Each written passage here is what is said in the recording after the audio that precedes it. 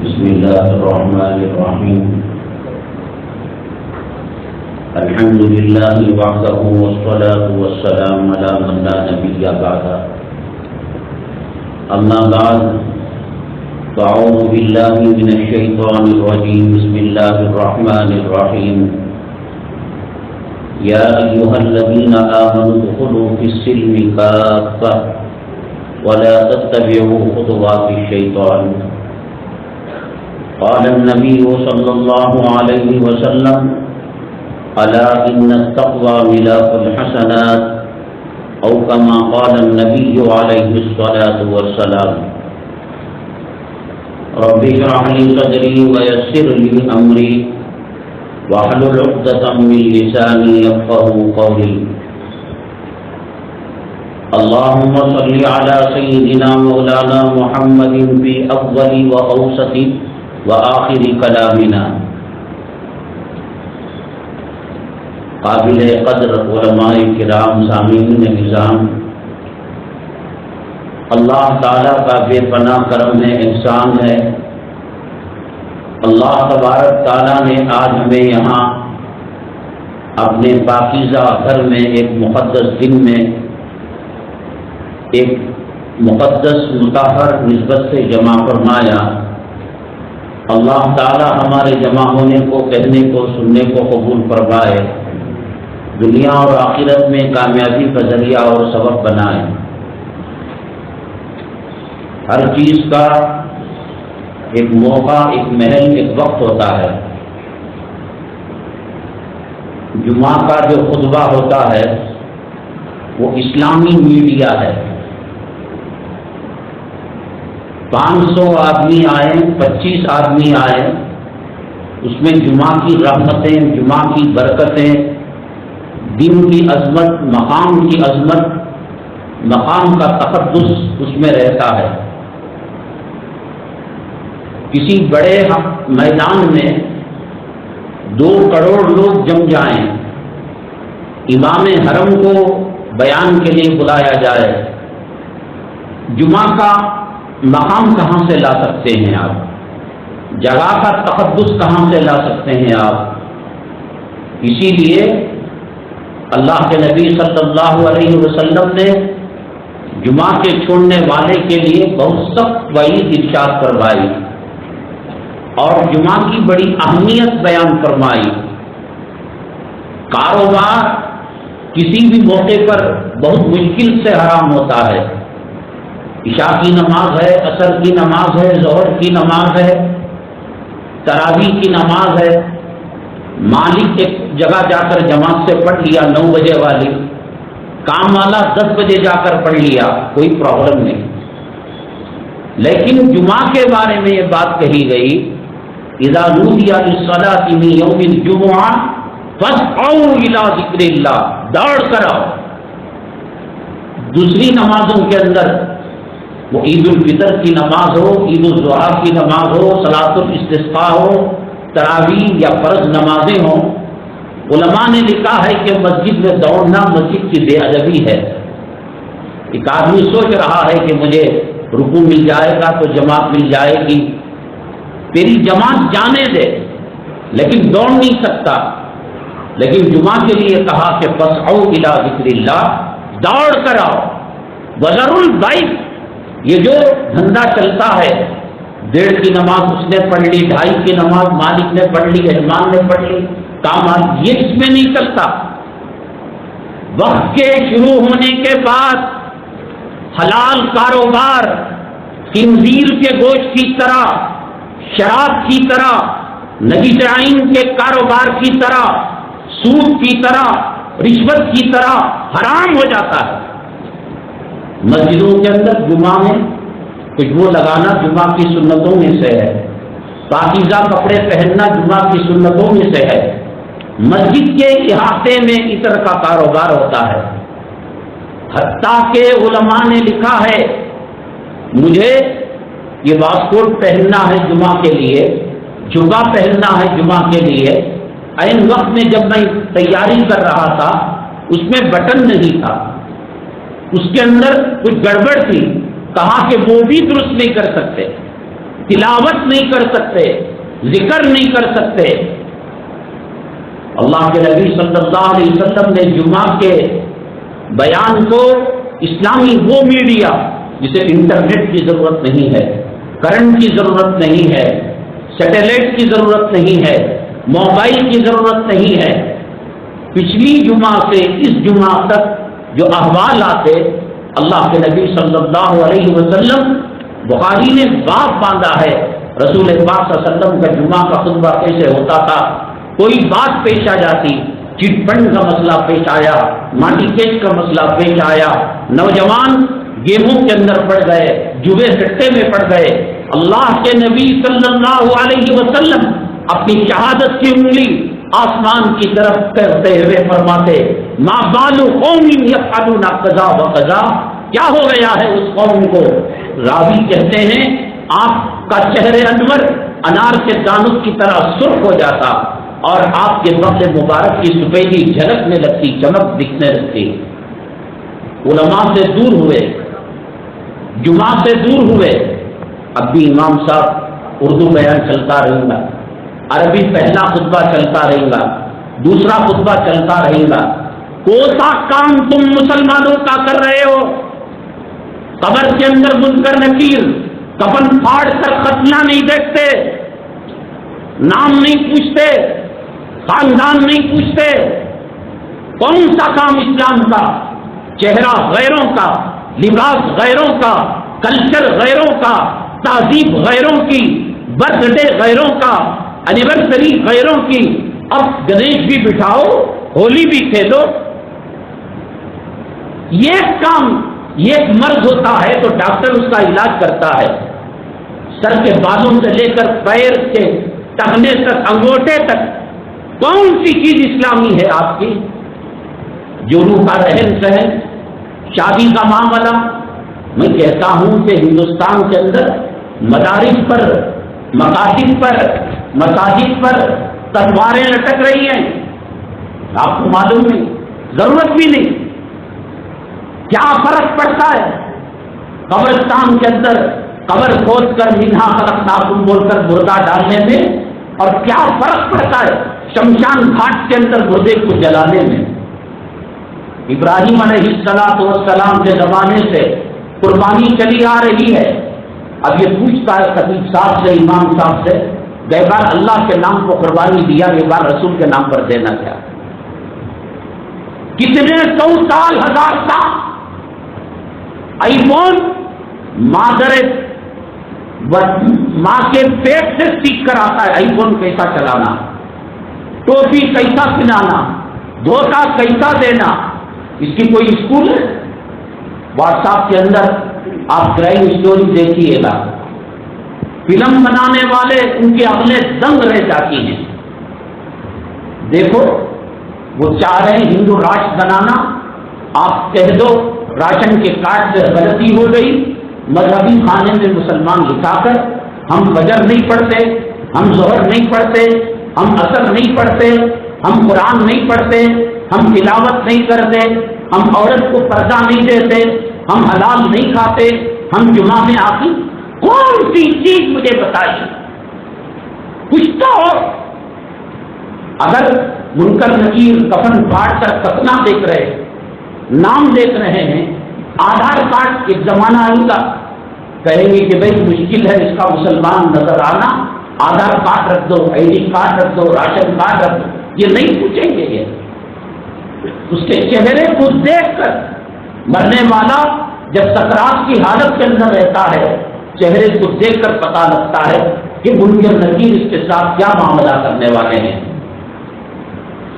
اللہ کے نبی صلی اللہ علیہ وسلم نے فرمایا المؤمن یموت بعرق الجبین، مومن مسلمان مرتا ہے، جنت دکھائی جاتی ہے، حوریں دکھائی جاتی ہیں، بہشت دکھائی جاتی ہے، اور گلاب کے پھول سے، پنکھڑی سے جیسا خوشبو نکلتی ہے، اس طریقے سے اس کی روح نکال کر یا ایتھا النفس المطمئنہ ارجعی الی ربک راضیۃ مرضیہ، پہلے آسمان پر ویلکم، دوسرے آسمان پر مرحبا، سب خوش ہو جاتے ہیں۔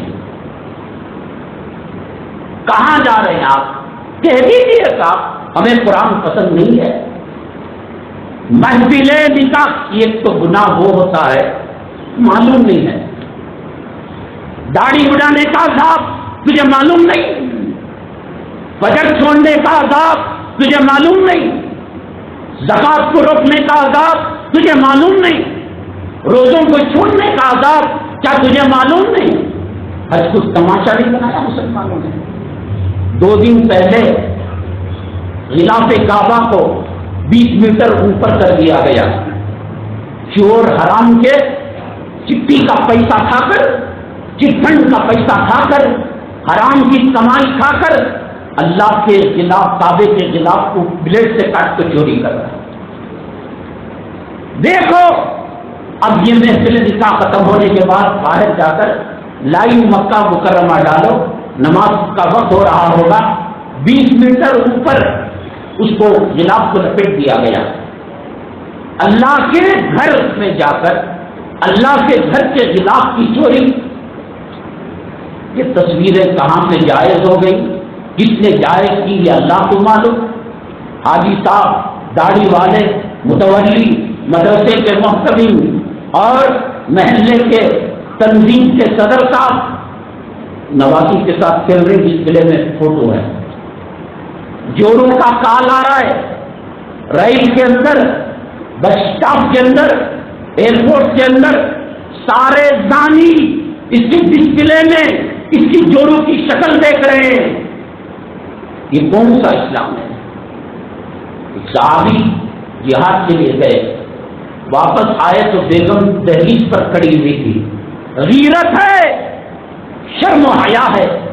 صبح کے بچھانے کے اٹھنے سے لے کر رات کو گندے فلمیں دیکھنے تک یہ جو چوراہوں پر، یہ جو فٹ پاتھوں پر، یہ جو نکڑوں پر 12-13 نوجوانوں کی ٹولی بیٹھ کر جو موبائل دیکھتی ہے، کیا وہ افغانستان کے احوال پڑھتے ہیں؟ کیا فلسطین کے حالات پڑھتے ہیں؟ کیا ملک کے احوال پڑھتے ہیں؟ کسی کی ماں کی آبرو لوٹی جا رہی ہوگی، کسی کی بیٹی کی آبرو لوٹی جا رہی ہوگی، یہ بیٹھ کر مزہ لے رہے. اللہ کے گھر میں جا کر ایک ہندوستانی بیٹا رہتا ہے، چور کے اردو بولنے والے ہیں. السلام علیکم حاجی صاحب. وعلیکم السلام. یہ بات کیا کر رہی قربانی کا؟ الراجی بیان کو دے دی، 3,500 ریال ہے.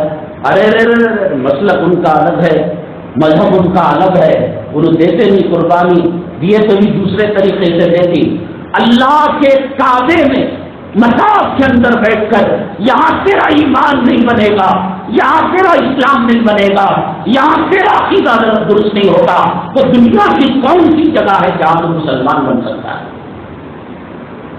جس کے پاس کھڑے ہوتے ہیں ٹراول والے، حج کمیٹی والے بھی عزیزیاں میں کام بہن دکھے نہیں نا 2 نمازوں سے تجھے کہیں کو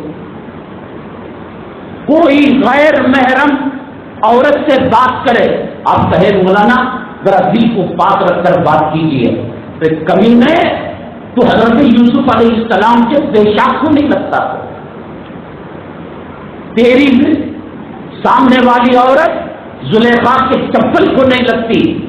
قرآن کہتا ہے وَلَقَدْ هَمَّتْ بِهِ وَهَمَّ بِهَا. یوسف علیہ السلام جب زلیخا نے ڈورے ڈالے، یوسف علیہ السلام کا دل دہل گیا، وَهَمَّ بِهَا، ارادہ آ گیا. کھانے کی میز کے اندر کیا بات کیسے ہی شکر ہے کہ تم نہ ماں کی خدمت نہیں کریا، باپ کی خدمت نہیں کریا.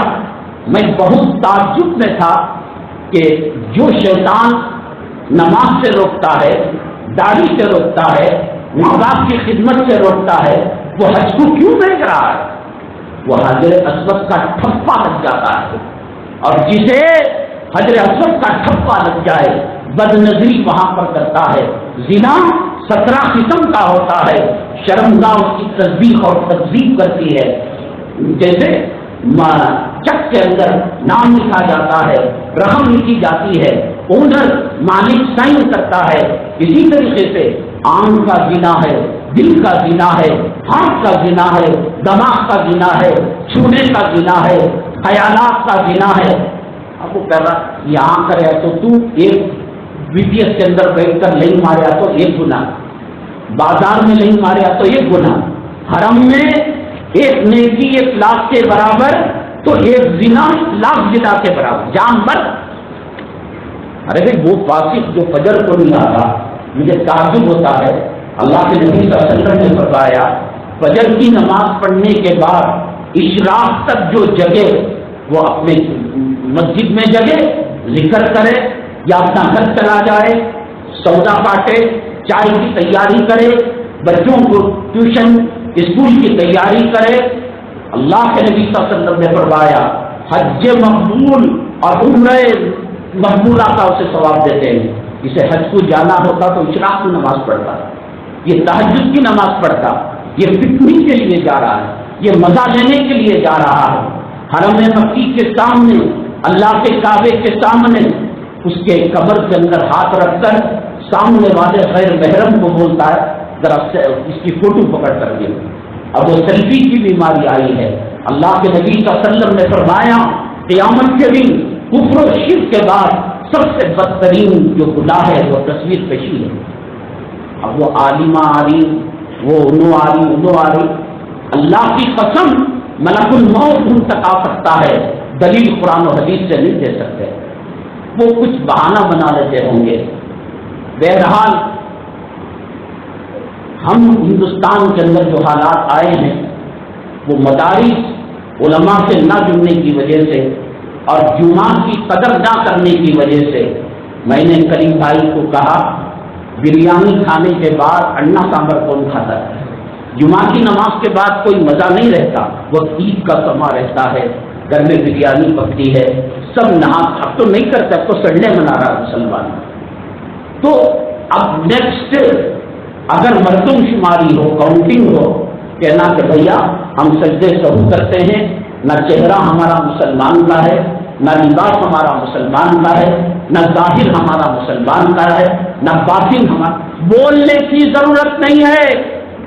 تو نو مسلم کیا, تو رات کو کلمہ پڑھیا, تجھے بولنا نماز فرض ہے بول کر, تجھے بولنا صحابہ شادی کیسے کرتے تھے بول کر, کس سے بننا لے رہا تو؟ اللہ کی طاقت کو للکار رہا ہے.